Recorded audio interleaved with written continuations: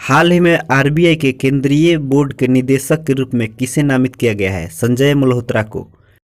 किस देश के कार्लोस अल्फराज सबसे कम उम्र के एटीपी 500 विजेता बने हैं? स्पेन के। हाल ही में नदियों में night navigation mobile app launch करने वाला देश का पहला राज्य कौन सा बना है? असम। हाल ही में अंतर्राष्ट्रीय रबड़ अध्ययन समूह के नए अध्यक्ष कौन बने हैं? के.एन. राघवन। हाल ही में किस देश ने अपनी पहली हाइड्रोजन से चलने वाली ट्रेन लॉन्च की है? जापान। हाल ही में थम्स अप ने किसे अपना ब्रांड एम्बेसडर बनाया है? तो शाहरुख खान को। हाल ही में कहाँ बनी डॉक्यूमेंट्री बिफोर आई डाई को जर्मनी में अवार्ड मिला है? हरियाणा में। हाल ही में वित्तीय स्थिरता और विकास परिषद की 25वीं बैठक का आयोजन कहाँ हुआ है? मुंबई में। हाल ही में प्रधानमंत्री की आर्थिक सलाहकार परिषद के पूर्वकालीन सदस्य कौन बने हैं? संजीव सन्याल। किस राज्य के स्टार्टअप मिशन ने गूगल के साथ समझौता किया है? तो केरल के।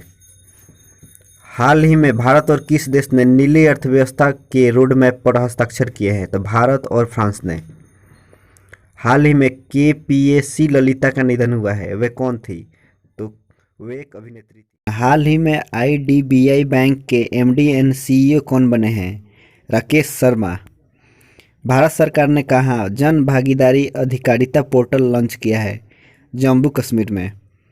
हाल ही में आइकिया इंडिया ने किसे पहली महिला सीईओ नियुक्त किया है? सुजैन पुलवरर को। हाल ही में केंद्रीय उत्पाद शुल्क दिवस कब मनाया गया है? 24 फरवरी को। हाल ही में बेटी बचाओ और बेटी पढ़ाओ योजना की नई ब्रांड एम्बेसडर कौन बनी है? तनिष्का कोटिया और रिधिका कोटिया। कौन भारत में अपने पहले साइबर सुरक्षा केंद्र की शुरुआत करेगा? आईबीएम। हाल ही में दूसरे बांग्लादेश फिल्म महोत्सव का उद्घाटन कहाँ हुआ है? अगरतला में। हाल ही में कौन आईओसी के बोर्ड में शामिल हुए हैं? तो सुजय चौधरी। हाल ही में आईआईटी रुड़की ने कहाँ किसान मोबाइल ऐप लॉन्च किया है? उत्तराखंड। किस देश ने सी डोम नामक नई नौसेना वायु रक्षा प्रणाली का सफलतापूर्वक परीक्षण किया है? इजराइल ने। किस राज्य का चंबा जिला देश का 100वां हर घर जल जिला बना है? हिमाचल प्रदेश का।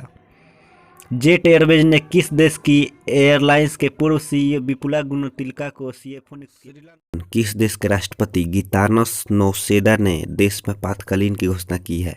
लिथुआनिया के। शतरंज टूर्नामेंट में मैग्नस कार्लसन को हराने वाले सबसे युवा भारतीय कौन बने हैं? आर प्रज्ञानंद। भारतीय नौसेना का बहुपक्षीय अभ्यास मिलन 2022 कहाँ शुरू हुआ है? विशाखापट्टनम में। हाल ही में द ग्रेट टेक गेम नामक पुस्तक किसने लिखी है?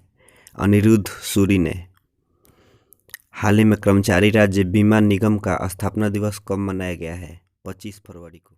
हाल ही में डिश टीवी ने किसे अपना ब्रांड एम्बेसडर बनाया है? ऋषभ पंत को। हाल ही में किस राज्य ने समुद्री जीवों के संरक्षण के लिए मरीन एलिट फोर्स का गठन किया है? तमिलनाडु ने। किस देश ने पहले पादप आधारित कोविड-19 वैक्सीन को प्रमाणित किया है? कनाडा ने। हाल ही में एचयूएल ने किसे अपना गैर कार्यकारी अध्यक्ष बनाया है? नीति। हाल ही में किसने महात्मा गांधी नरेगा के लिए लोकपाल ऐप लॉन्च किया है? गिरिराज सिंह।